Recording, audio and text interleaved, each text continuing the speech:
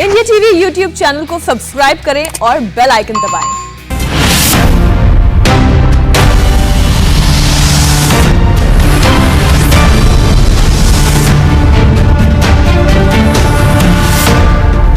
नमस्कार, आप देख रहे हैं इंडिया टीवी। आपके साथ मैं हूं मीनाक्षी जोशी और अब हम शुरू कर रहे हैं इलेक्शन का सबसे बड़ा शो। अब की बार किसकी सरकार? हमारी नजर उत्तर प्रदेश और पंजाब की उन खबरों पर रहेगी जिसका सीधा सीधा असर 2022 के दंगल पर है। तो बिना देर किए आइए सबसे पहले एक नजर डालते हैं आज की 3 बड़ी खबरें। और इलेक्शन शो में आज की सबसे बड़ी खबर तो उत्तर प्रदेश से है, जहां पर अखिलेश यादव की वोट इंजीनियरिंग की कहानी हम आपके सामने रखेंगे। MY समीकरण यानी मुस्लिम और यादव समीकरण और ब्राह्मणों को साधने के बाद अखिलेश यादव की नजर कौन से वोट बैंक पर है, इस पर देंगे आपको पूरी जानकारी। और आज की दूसरी बड़ी खबर भी उत्तर प्रदेश से। आज से कांग्रेस मिशन उत्तर प्रदेश में बीजेपी गद्दी छोड़ो अभियान का आगाज कर रही है। आपको ध्यान है ना, क्विट इंडिया मूवमेंट, उसी की तर्ज पर कांग्रेस अब उत्तर प्रदेश में बीजेपी गद्दी छोड़ो अभियान चला रही है। ये प्लान क्या है और चैलेंज क्या है, ये भी आपको बताएंगे। और आज की तीसरी बड़ी खबर पंजाब से है, जहां पर सिद्धू की ताजपोशी के बाद पहली बार दिल्ली दरबार में कैप्टन की पेशी है। क्या है एजेंडा, इस पर होगी बात। लेकिन सबसे पहले आज की सबसे बड़ी खबर, अखिलेश यादव की यह वोट इंजीनियरिंग का फॉर्मूला क्या है। बड़ी खबर यह है कि यूपी चुनाव से पहले अखिलेश यादव ने अब ओबीसी को यानी पिछड़े वर्ग को साधने के लिए पिछड़ा वर्ग सम्मेलन करने का सोचा है। और 9 से 15 अगस्त के बीच में यह सम्मेलन चलाया जाएगा। यूपी चुनाव से पहले यह अखिलेश यादव का ओबीसी कार्ड है। इसकी शुरुआत आज कानपुर से हो रही है। उत्तर प्रदेश का सबसे बड़ा वोट बैंक है ओबीसी वोट बैंक। 42% ओबीसी से आते हैं वोटर्स। तो ऐसे में अब आप ये देखिए, शुरू करने वाले हैं कानपुर से इस कार्यक्रम का आगाज होगा, तो वहीं से खत्म किया जाएगा फतेहपुर में। अखिलेश यादव के पिछड़ा वर्ग सम्मेलन की पूरी डेट शीट क्या है, पूरी टाइमलाइन क्या है, ये भी आपको बताते हैं। जानकारों के मुताबिक उत्तर प्रदेश के 7 जिलों में समाजवादी पार्टी पिछड़ा वर्ग सम्मेलन करने वाली है। और इस पिछड़ा वर्ग सम्मेलन के तहत कानपुर से आज इसका आगाज किया जाएगा। और इसके बाद 10 अगस्त को कानपुर देहात, 11 अगस्त को हमीरपुर और 14 अगस्त को कानपुर ग्रामीण में कार्यक्रम किया जाएगा। और 15 अगस्त को कार्यक्रम का अंत होगा फतेहपुर में। इस कार्यक्रम का अंत कर दिया जाएगा। अब जितने इलाके हैं इसमें हम आपको बता दें, यहाँ पर पिछड़ा वर्ग का सम्मेलन किया जाएगा। और अखिलेश यादव की कोशिश ये है कि जो 400 सीटें जीतने का वो दावा कर रहे हैं, इसके पीछे एक नए समीकरण का प्लान लेकर वो चल रहे हैं। और ये समीकरण है MY, जिसमें मुस्लिम 19% आते हैं। तो वहीं अगर यादव समीकरण की बात करें तो 10% यादव वोट बैंक उनका अपना, वो कहते हैं कि मजबूत वोट बैंक है। गैर यादवों की अगर बात कर ले, इस वोटर को साधने में भी वो जुटे हुए हैं, जिनकी संख्या करीब 29 से 32% है। और इतना ही नहीं, उत्तर प्रदेश में समाजवादी पार्टी ब्राह्मण सम्मेलन भी कर रही है। BSP के तर्ज पर उन्होंने भी ब्राह्मणों को लुभाने की कोशिश की, जिनकी संख्या वोटर्स के लिहाज से कही जाए तो 12% है। इन सबको साथ लेकर अखिलेश यादव ने 400 सीट का टारगेट रखा है। अभी तक तो हम 350 बोलते थे सीट, 350 सीटें बोल रहा था मैं। लेकिन जैसे ही हमारा और आपका कार्यक्रम तय हो गया, मैं 350 नहीं, और लोगों से बातचीत हो गई, हमने 400 का फासला तय करा दिया। और आप और हम लोग तय कर लें, और इसलिए तय करना जरूरी है। दिल्ली वाले सुना है पिछड़ों की राजनीति कर रहे हैं। अभी जब मैं लोकसभा में था तो जब शोर हुआ जासूसी पर, तो देश के प्रधानमंत्री जी कह रहे थे कि पिछड़ों का और दलितों का सम्मान ये लोग नहीं कर रहे हैं। बताओ, दिल्ली वाले पिछड़े और दलितों का सम्मान करना चाहते हैं, कैसे आप भरोसा करोगे? क्या आप भरोसा कर सकते हो इस बात पर? ये जो मंत्री पद दिए जा रहे हैं, जो लखनऊ में मंत्री पद दिए जाएंगे, जो चक्कर लगाए जा रहे हैं, जी हजूरी हो रही है, जो वो केवल वोट के लिए हो रही है, क्योंकि वो जानते हैं कि उत्तर प्रदेश में चुनाव आ गया है। तो अखिलेश यादव का खुला ऑफर है, बीजेपी को हराने के लिए जो भी साथ आना चाहता है वो साथ आ सकता है। लेकिन फिलहाल तो उनका साथ जो है वो महान दल का है। जी हां, गठबंधन केवल महान दल के साथ हो पाया है। कोई भी बड़ा चेहरा, कोई बड़ी पार्टी तो उनके साथ जुड़े नहीं है। 2022 में समाजवादी पार्टी और महान दल में गठबंधन हुआ है। 2017 में महान दल ने 71 कैंडिडेट उतारे थे और करीब अगर हम बोलें कि 6,50,000 वोट महान दल को मिले। इनमें बरेली, बदायूं, शाहजहांपुर, पीलीभीत में इस दल का असर है। इसके अलावा आगरा, बिजनौर और मुरादाबाद में भी कुछ दबदबा नजर आता है। शाक्य, सैनी, मौर्य, कुशवाहा और भुजबल पर पकड़ मजबूत है और इसी के दम पर अखिलेश यादव ने उत्तर प्रदेश जीतने का पूरा प्लान तैयार किया है। जो नारा दिया था महान दल ने ठाना है, और मुझे भरोसा है आप सब जिन लोगों ने ये नारा दिया है कि आने वाले समय में आपका सहयोग और समर्थन इसी तरह मिलेगा, तो समाजवादी पार्टी और आपकी मिलकर के सबसे बहुमत की सरकार बनेगी।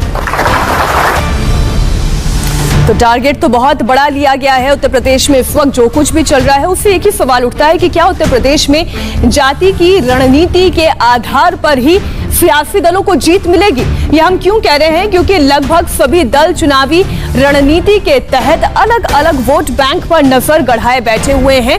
इनमें अखिलेश यादव का नाम सबसे आगे है, जो पिछड़ा वर्ग सम्मेलन, ब्राह्मण सम्मेलन कर रहे हैं। बहुजन समाज पार्टी की बात की जाए तो ब्राह्मणों को साधने के लिए वो पहले ही प्रबुद्ध वर्ग का सम्मेलन कर चुकी हैं। और अगर हम ओवैसी की राजनीति की बात करें तो उन्होंने तो वंचित समाज सम्मेलन कर लिया है। हालांकि बीजेपी भी उत्तर प्रदेश में सोशल इंजीनियरिंग में ही जुटी हुई है और इसके लिए केंद्र में 3 ओबीसी, 3 दलित और 1 ब्राह्मण मंत्री बनाया गया है। आज ओबीसी लिस्ट पर संविधान संशोधन विधेयक भी पेश होना है, जिससे राज्यों को ओबीसी लिस्ट बनाने का अधिकार मिल जाएगा और इसके अलावा हिंदुत्व पर भी बीजेपी का पूरा जोर है। इस वक्त हमारी सहयोगी रुचि कुमार इस खबर पर जुड़ी हुई है। रुचि, एक बात तो तय है कि जातिगत समीकरणों को साधे बिना किसी भी एक पार्टी को बहुमत की सीटें तो मिल नहीं जाएगी। तो इसी तर्ज पे अखिलेश यादव का प्लान क्या है? देखिए, ऐसा है कि यूपी में जो 2022 का चुनाव है उसमें ये तय हो गया है, विपक्षी पार्टी हो या बीजेपी ये मान रही है कि ओबीसी ही वोट जो है वो किंग मेकर होगा, यानी ज्यादा ओबीसी जिसके पास जाएंगे उसकी सरकार उत्तर प्रदेश में बन जाएगी। अब अखिलेश यादव का तजुर्बा है 2019 के लोकसभा चुनाव का, उसके पहले 2017 के विधानसभा चुनाव का और 2014 के लोकसभा चुनाव का। उन्होंने देखा कि किस तरह से जो ओबीसी गैर यादव वोट है वो धीरे धीरे बीजेपी के पाले में चला गया, जिसका भारी नुकसान उनको उठाना पड़ा। तो अब अखिलेश यादव की पूरी कोशिश यही है कि जो यादव वोट है वो तो उनको भरोसा है कि वो उनको इस बार उन्हीं को मिलेगा, समाजवादी पार्टी के अलावा यादव कहीं नहीं जाएगा।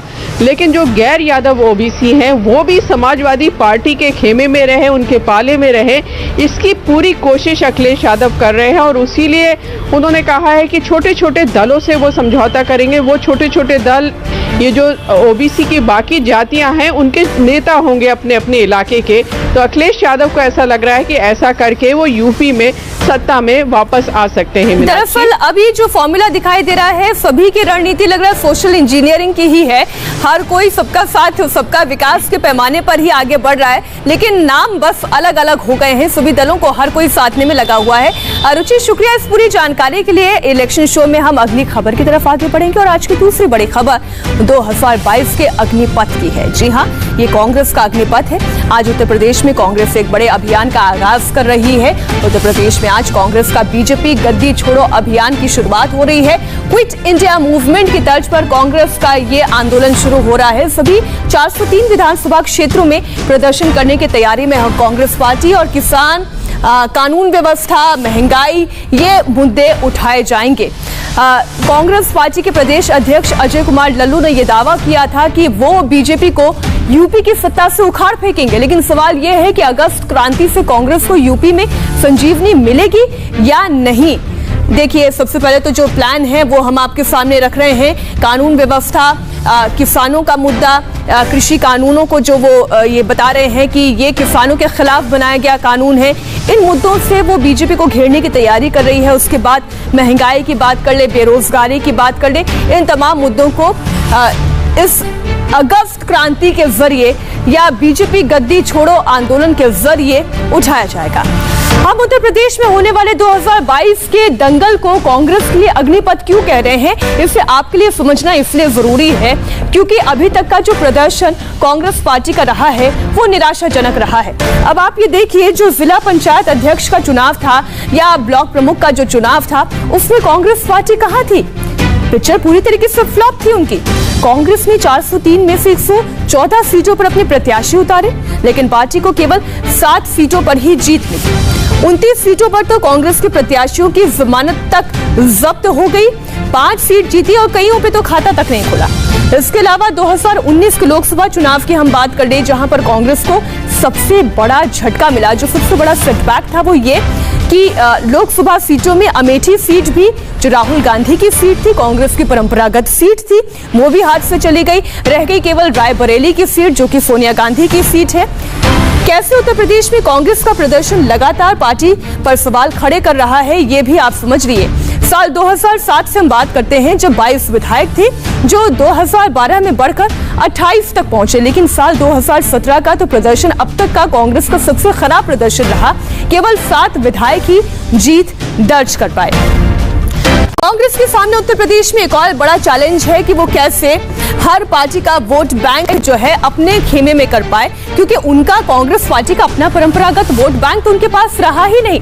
जो बटे हुए हैं उन्हें अपने साथ समेटिए, जैसे 40 से 42% ओबीसी हैं, उनमें से 10% यादव जो अखिलेश के कोर वोटर्स हैं, जबकि गैर यादव वोटर्स की बात करें तो वो भी बटे हुए हैं। अगर हम 21% वोटर्स की बात करें, जो दलितों का वोट बैंक है वो मायावती का वोट बैंक है।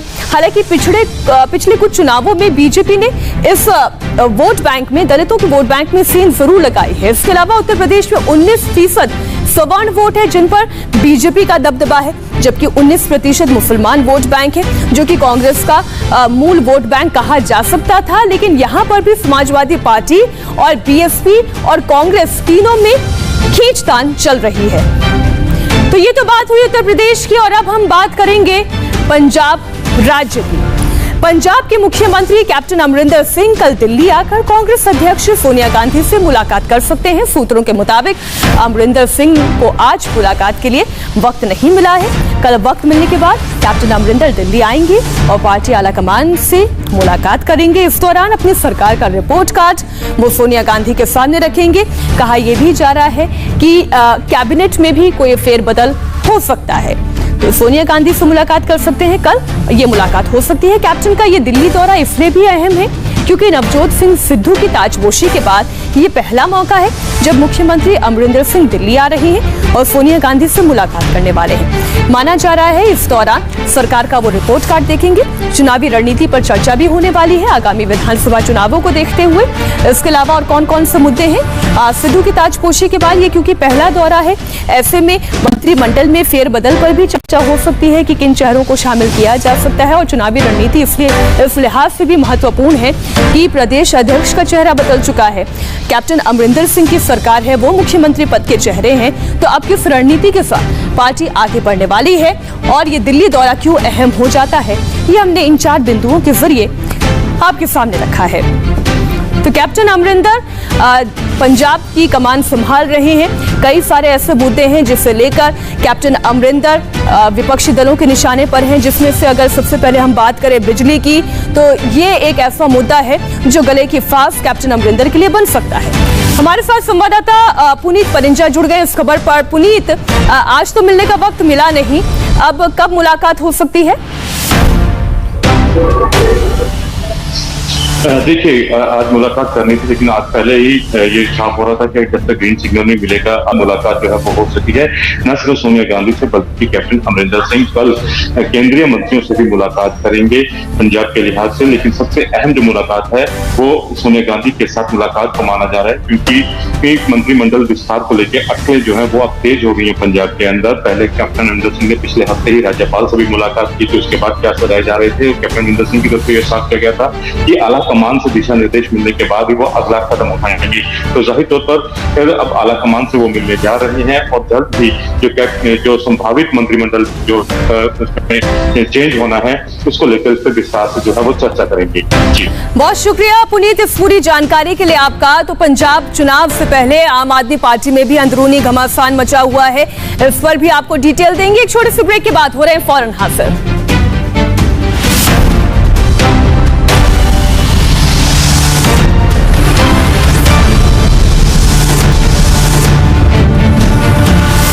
इलेक्शन शो में अगली बड़ी खबर पंजाब से ही, जहां चुनाव से पहले अब कांग्रेस के बाद आम आदमी पार्टी में अंदरूनी लड़ाई तेज हो गई है। आम आदमी पार्टी के वॉलंटियर नाराज हैं, गुस्सा इस बात को लेकर कि अकाली और कांग्रेस के जो नेता पार्टी में शामिल हुए हैं उन्हें तरजीह दी जा रही है, जबकि आम आदमी पार्टी के नेताओं को ही दरकिनार किया जा रहा है।